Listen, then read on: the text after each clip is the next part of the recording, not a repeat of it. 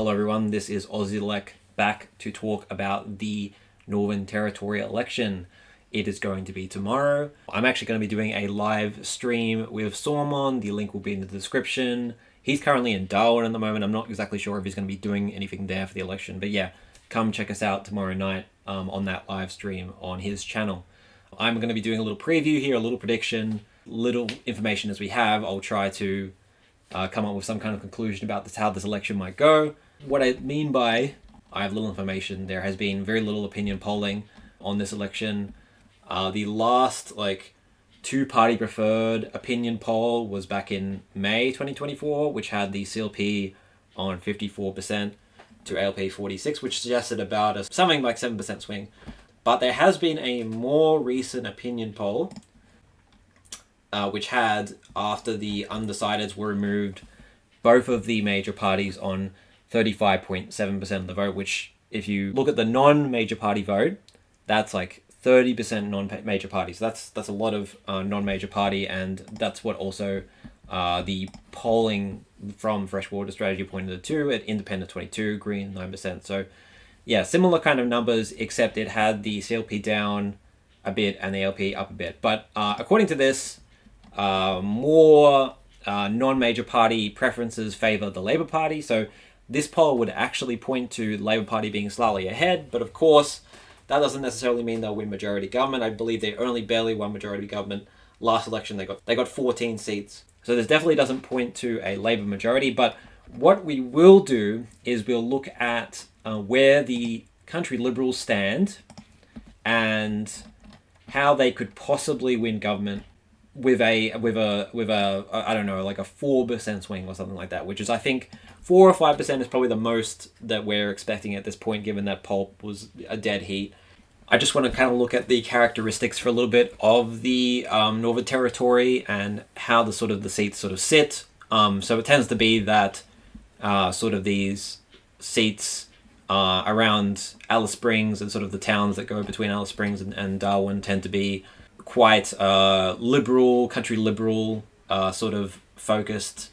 I believe the poll bludge is just using blue for country liberals because it's a better contrast to the red, even though the color for country liberals is orange. Anyway, and then you got like the more sort of indigenous dominated areas, and then like sort of the inner city areas, which are Labour, and then again like the sort of the outer suburban areas, and probably the wealthier areas are the country liberals. So and then you have a couple of independent seats like Mulka, which is very this one particularly is very indigenous dominated, and it only has a guy, I can't pronounce that name, I'm sorry, against the country liberals, because the Labour and the Greens decided that they're going to I guess endorse him instead of bother running against him. And this is an independent, which the only independent seat which I believe is quite safe. I don't think it's going to change hands. Paul Kirby in Port Darwin, that seat could be lost by the Labour Party. Fong Lim could be lost by the Labour Party. Arafura, which actually at a by-election, after the by-election, has a 19.1% margin to the Labour Party. If they could somehow reduce that margin back to something similar as it was last election, I know that by-election took place in March 2023, which was before the voice referendum and before the federal Labour Party probably has a little bit of drag. If they could reduce that margin, they could take that seat. But the other options are Drysdale, which is actually the seat that the current Labour leader is running in and represents. And she actually only became leader recently. The previous leader, Natasha Files, resigned because of conflict of interest shenanigans. So she became leader pretty recently. So she wasn't the leader last election, so maybe her margin might grow. So maybe Drysdale isn't the best seat for the CLP to win off, especially on a margin of 5.4%.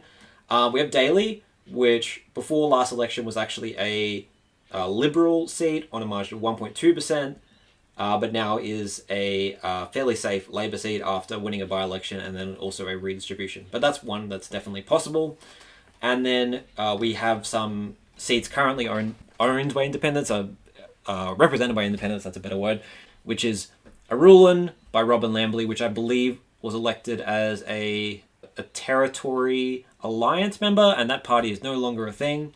There's still a big independent vote, according to the polls, but the Territory Alliance is not a thing anymore. Goita, where the member is retiring, but there is quite a few independent candidates for that seat who want to take back that seat for an independent, but it is traditionally a CLP seat. It is a Conservative seat. And then we have Blaine, which was a Labour member, was elected last election on a 1.3% margin, and he got kicked out of the party for having sex with a sex worker, I believe. If we count these up, 1, 2, 3, and then we go Daly 4, Fong Lim 5, Port Darwin 6. They need 6 seats to win. We'll go back to our little chart here and just, I think it's like 3 independents and then 2 Labour, or 3 Labour, I think it was. This is the kind of result that probably would put the country Liberals in a majority government. This is the, I think it's possible for them to win, maybe Drysdale, or Arafura, but this is the best chance for them, in my opinion. So I'm going to also look at a couple of other seats. So we've got the Greens in trying to get Fanny Bay. So the Greens, there was a by-election, and the Greens actually did all right, 19.9% of the vote.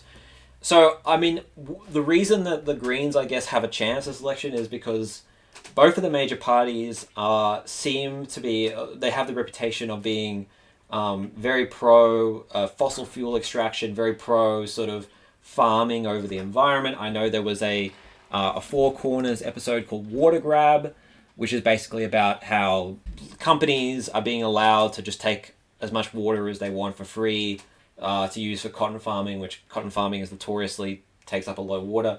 And basically, both the Labour Party and the Country Liberals don't have really anything to say about it. Like, the Labour Party are happy they let it happen because I think the Labour Party, they don't want to be seen as anti-development. They don't want to be seen as trying to get the Northern Territory to get more money into the coffers.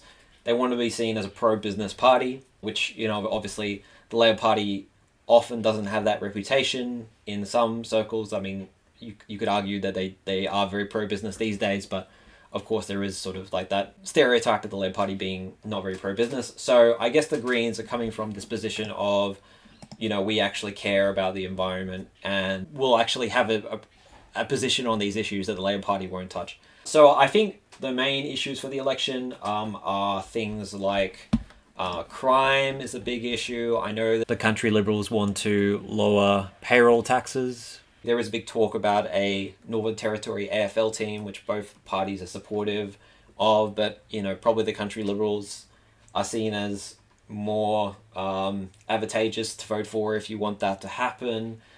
The Country Liberals, back to crime, they want to lower the criminal age of responsibility back to 10, while the Labour Party think that, you know, you need to, when it comes to kids that are like 11 or 12, you need to like deal with them in other ways rather than locking them up, I guess, is their point. But generally, I guess there isn't a huge difference between the major parties on terms of policy. I think they're generally seen as pretty similar, apart from a couple of issues. What probably is most likely for a result is some kind of hung parliament. I predict that the CLP will probably pick up Port Darwin and Fong Lim, and maybe Arulin and Blaine. That's 4 seats. That will have them on 11. I don't expect that they're going to pick up too much more than that. So I think a hung parliament is quite likely, and it really will just be up to the independents to decide who wins government from there.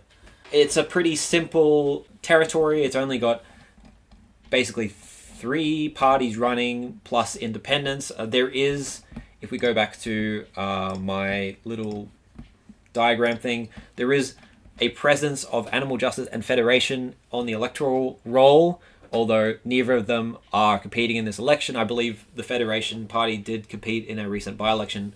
I haven't seen the Animal Justice do much lately, but they are on the roll, but they're not taking part in this election. So it really is just between the Country Liberals, Labour and the Greens.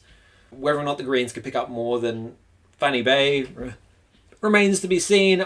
I'm not exactly sure if there's a huge environmental movement going on in the Northern Territory. Maybe there is.